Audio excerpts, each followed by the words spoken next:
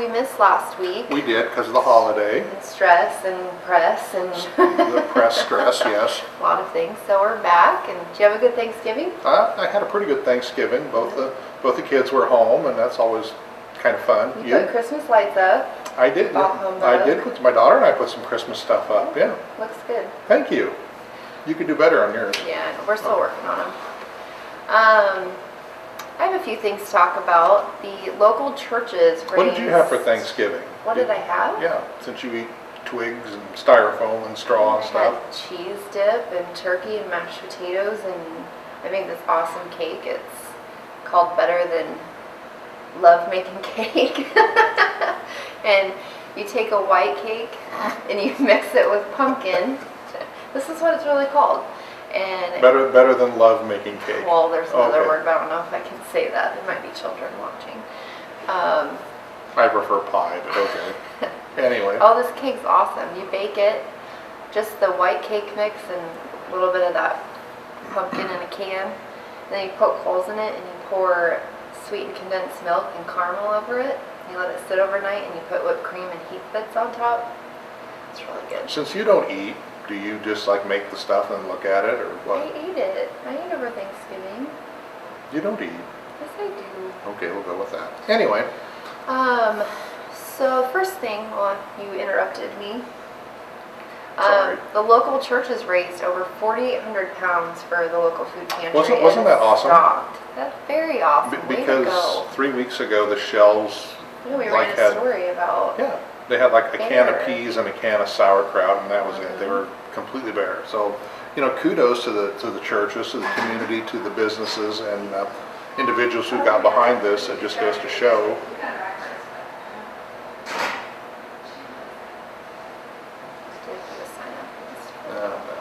Read first.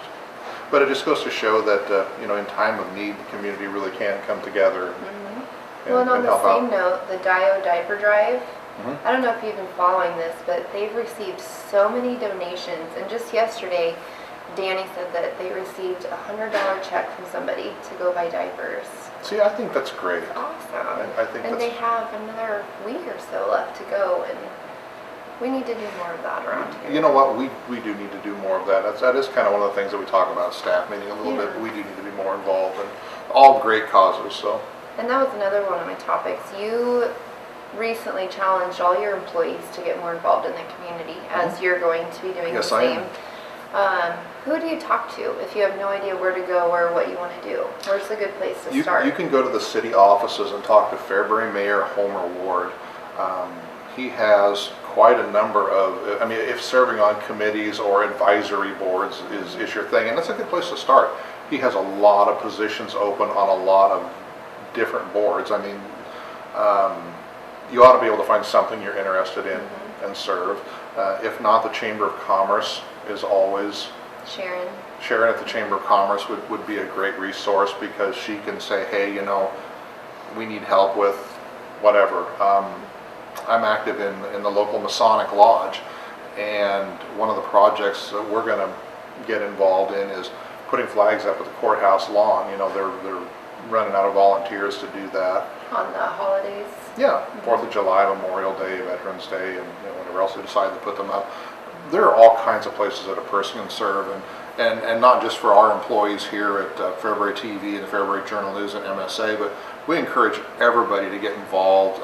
Pick a cause, make a difference in your community. You can have fun doing it. Right. I do have a lot of fun. The Kiwanis has really gotten active in the community, and I'm very pleased with what the Kiwanis are doing. So. Even just your local PTA, they can use all the help they can get. Absolutely. A little bit helps. Absolutely. Schools are always looking for volunteers too. So, really everybody should be able to find some place that they could volunteer sometime. I agree. What do you have? Here at the paper, I have a couple things this week. We get some of the funniest things at the paper, and a lot of them we can print, but there are things that we just can't. And we got a letter to the editor this week that we would have loved to have printed, because obviously it's this writer's opinion. Right. But we didn't. But I do want to read part of this letter to the editor, just because I think it's kind of funny, and I'll leave out kind of the inappropriate parts. This is Dear Editor. Possibly the best reason yet to shop at Ray's Apple Market is a guy named, we'll call him Bob. Fred. Fred, we'll call him Fred. It's a guy named Fred who works at Walmart. I have never seen somebody mistreat customers like he does and still have a job. I encourage everyone to shop any place but Walmart until this Fred character has been dealt with by management. Maybe if Walmart takes a hit in the pocketbook, they will see Fred for the creep that he really is and send him on down the road. The writer is Mark Sheets from Endicott. Mark has been a regular local contributor over the years, and I really enjoy his insights. And he's not scared to put it out there. No, and that's one thing. You know, we never will run an anonymous letter ever, because I think there is no courage in anonymity at all. That's what Facebook is for. Apparently, yes, that is what I call it, Stalkerville. Yeah. That's what Stalkerville is for, is to anonymously tell people what you really think of them without having to live behind the courage of what your convictions are. But anyway, you know, Mark always writes, he always signs his name, and I would have loved to have run this, because this is his opinion. Yeah. But, you know, it borders on inappropriate against Fred, so we couldn't. But I just thought I would bring that up. And have you done your Christmas shopping yet? I have started. I'm always a late Christmas shopper. What did you get me this year? The same thing I got you last year. Ooh, nothing. Yeah. That's awesome. I was reading yesterday about the cost of the 12 days of Christmas. You know, partridge in a pear tree, the whole bit. 5 cold and rain. Yeah, that's it. Okay, gotcha. This year, for 2013, the cost of buying everything on the list for 12 days of Christmas is up 7.7%. It is now going to cost you, me, or whomever $27,393 to get everything. I need to get a job at a local fast food place so I can afford it now. Well, they're hiring, apparently, so. $15 an hour, right? That's what, half of what you make here? On the 12 days of Christmas list, the only cost to remain the same and not go up was 8 maids of milking. Now stop giggling. All I can think of is pregnant and barefoot in the kitchen when you say that. Well, I think of other stuff, but anyway, wow. the 8 maids of milking is the only item not to go up, and the reason given for that was because the minimum wage is still $7.25 an hour. Who comes up with it? People who obviously have a lot of time and don't have things to do, but you wouldn't think there'd be a lot of demand for 8 maids of milking. See, it's Lord's. Cost a couple, what? Well, no, on the other 10% more to get a prince to leave her. Apparently, on the other side of the list, 2 items took significant jumps this year. 10 Lords of Leaping. The cost to get those bad boys is up 10% to $5,243. Where you're going to find a Lord, I Did don't this person know. contact a Lord and ask How what it much? would cost How much him? would you charge to run and frolic and jump? In tights? In tights. The biggest jump off the list of the 12 days of Christmas was 9 ladies dancing. It's up 20%. That's pretty interesting. To $7,533. 9 ladies dancing. The whole lords and maids, I understand that because, I mean, that still happens today. The 9 ladies dancing probably isn't all that They part. get paid in ones. That's what I think. They get paid $1 bills. Are you tired of your space being wasted by those minimum quantity orders? Make those unneeded prints disappear at McBaddis. At McBaddis, we can print you anywhere from 1 to 100,000 items. This will save you space and keep your money in the bank instead of in the warehouse. McBaddis. We want to be your printer.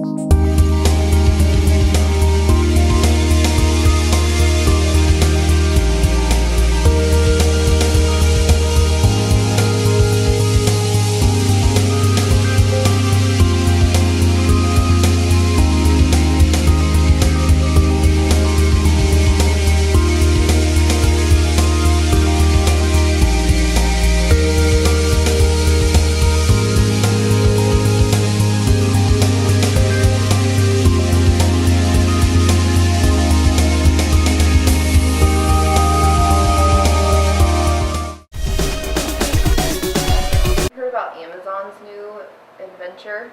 It is so awesome. Yes, I have heard about that. I'm excited. These drones, they're going to deliver.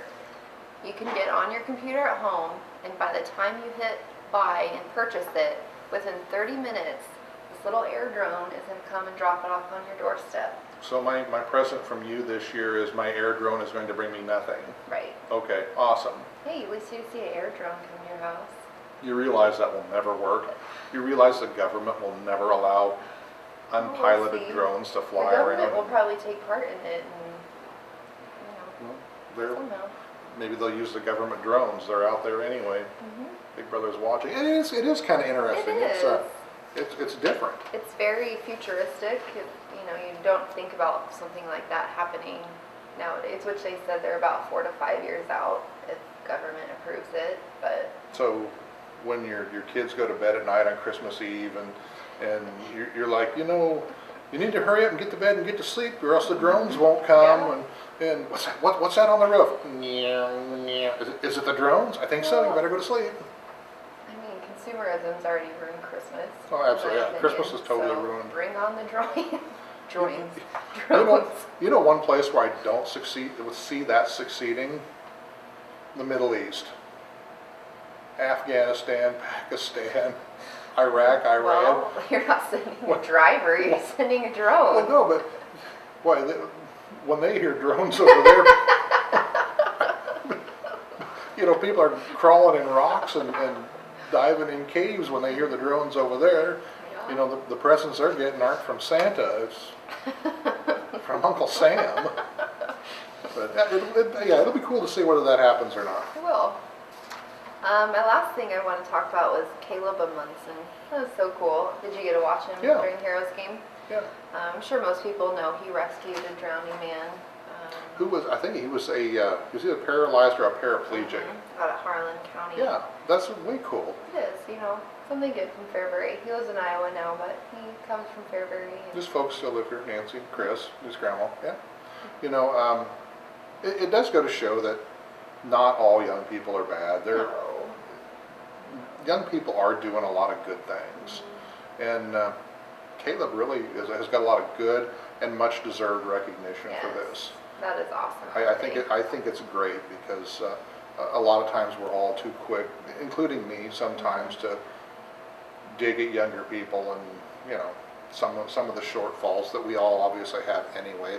But there's a lot of great young people out there, and this is a much deserved honor. It is, and I think it's very inspirational to younger like my children. They watch it on TV and they're just in awe. I mean, this guy is now their hero. He comes from Fairbury, was on the Nebraska football game, got to see.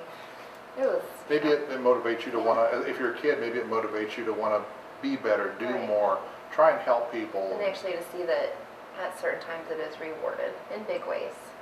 Absolutely. What bigger thrill could there be for a kid than to be honored at a Nebraska football game? So that's pretty awesome. Absolutely. All right. Well, that's all I have for this week. Glad you're back. Yeah, glad I'm back. Thank you. High five. Have a good week. Thank you guys for watching. Have a great week.